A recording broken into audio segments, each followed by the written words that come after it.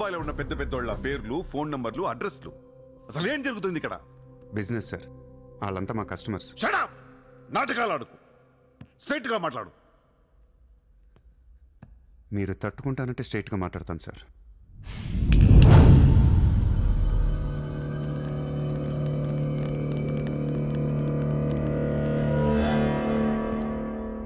మీ దయ వల్ల ముంబైలో మాఫియా అనేది లేకుండా పోయింది సార్. గ్యాంగ్స్టర్స్ అందరు చెదిరిపోయారు.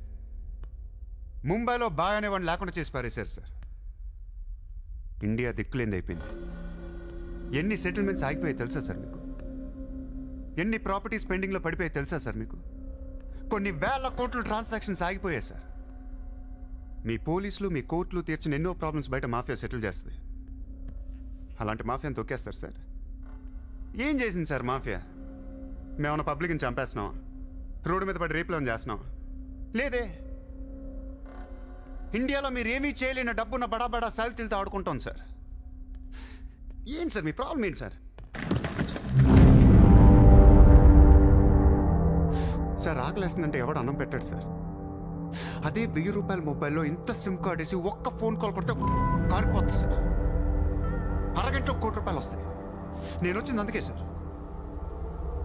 ये मुंबई शहर को करवाने आया हूं. I believe in war, not in morality. Sir యుద్ధం చేతగా ఉన్నోడే ధర్మం గురించి మాట్లాడతాడు సార్. సార్ ఒక్కొక్కను వదిలేసి అది ఏ ఇంటికి వెళ్తే అది నాదే, అడిగితే తంతాను అంటే ఇమ్మోర్లా కాదా సార్? అదే ఒక గుర్రాన్ని వదిలి అది ఎంతవరకు వెళ్తే అంతా నాదే, ఆపితే నరికేస్తాను అనే కాన్సెప్టే అశ్వమేధ యాగం సార్. దీని గురించి మనం గొప్పగా చదువుకున్నాం. ఇప్పుడు నేను చేసేది అదే సార్. మళ్ళీ ముంబై మాఫియాతో కలకలలాడుద్ది. గత వైభవాన్ని మీకు చూపిస్తాను సార్. చేతిలో కత్తి లేదు కానీ నరికితే తల ఎగిరిపడేది. మీరు నరకలేదు సార్.